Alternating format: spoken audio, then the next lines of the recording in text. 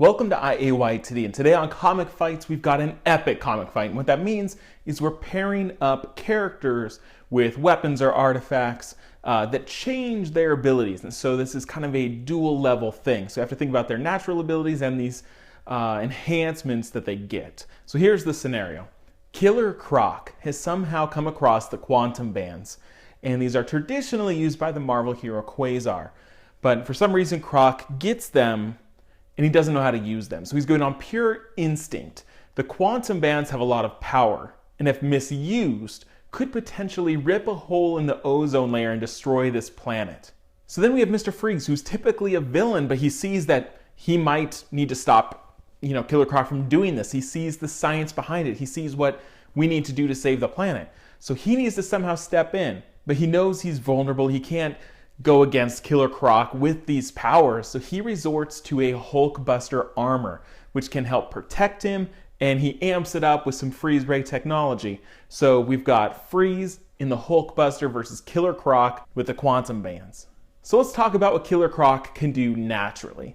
Naturally, Killer Croc is incredibly strong, fast. He has a regenerative healing factor, kind of like reptiles do, so he can regrow limbs, things like that. He has incredibly sharp talons, like claws. He also has an armored skin that is very hard to penetrate, and his healing factor manages to protect him from anything that does get through. So he is a beast. Now, what can the quantum bands do? Now, basically, they allow the user to tap into quantum energy, which is what kind of the whole universe is made of. Most often, this appears almost like Green Lantern does, where they're able to create constructs. So they can either create weapons, protective walls, or even animated people, so entire armies of constructs. But these are people that know how to use the quantum band. So we're assuming that Killer Croc is kind of going on instinct and has access to very limited abilities here unless he learns how to use them. A lot of these require focus and concentration, which is something that Killer Croc doesn't seem to have a lot of. So imagine he's able to do basic constructs, but he could accidentally tap into the big powers. Big things like traveling through interstellar space, and this is where if he teleports, could rip a hole in the ozone layer and destroy us.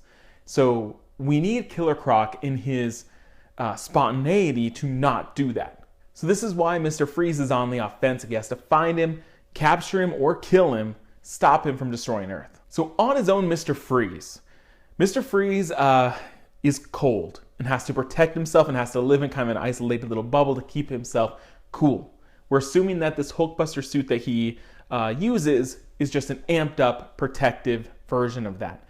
Offensively, he's known for using a freeze gun. So he's also going to deck out this Hulkbuster suit with a massive freeze gun.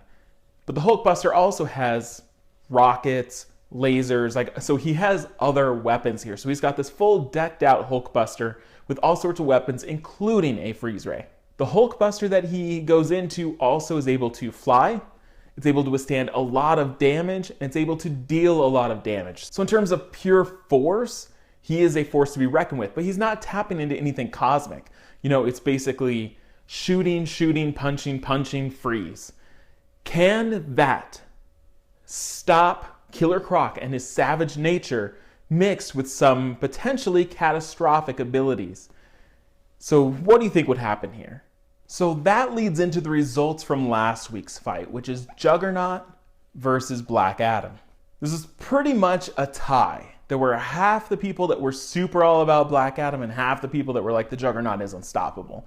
So I'm calling it a tie because I think there is a way that Black Adam could stop the unstoppable. And it's a creative technique that was brought up by a couple different people. Let's see. Rubius starts with this. It's debatable if he, Juggernaut, could stop Black Adam. This is someone that has been around a lot longer than him. Adam had ages to master the power of the gods. With such power, you would think he could take down demon magic, demons, or people powered by such things. He might not be able to end Juggernaut's life, but he could take him down just like Superman if he had to. Nova Red 103 Gaming adds this. Also, Black Adam is way older and doesn't age either, but is much smarter by way of a similar power to the wisdom of Solomon, which gives you clairvoyance. So he would easily realize that he can hurt or even kill him with powerful magic. He might even go out of his way to kill Sidorak himself, since he kills powerful demons all the time who are usually effectively immortal. So I'd give a landslide victory to Black Adam. It is true, Black Adam has gone against demons, gods, crazy things. So if he decided, it might be easier to go against Sidorak, and take out the root of the problem. That's a potential. That's crazy. So there is a way that Black Adam and his magic might be able to take out Juggernaut, but I'm going to call it officially a tie just because you have spoken and it's half and half. Good debate. So let's use that same creativity with this week's fight. So think about this epic fight that we have, the different combinations. Let me know in the comments, and next week we'll shout out the coolest answers. So thanks for watching. We'll see you next Friday on Comic Fights.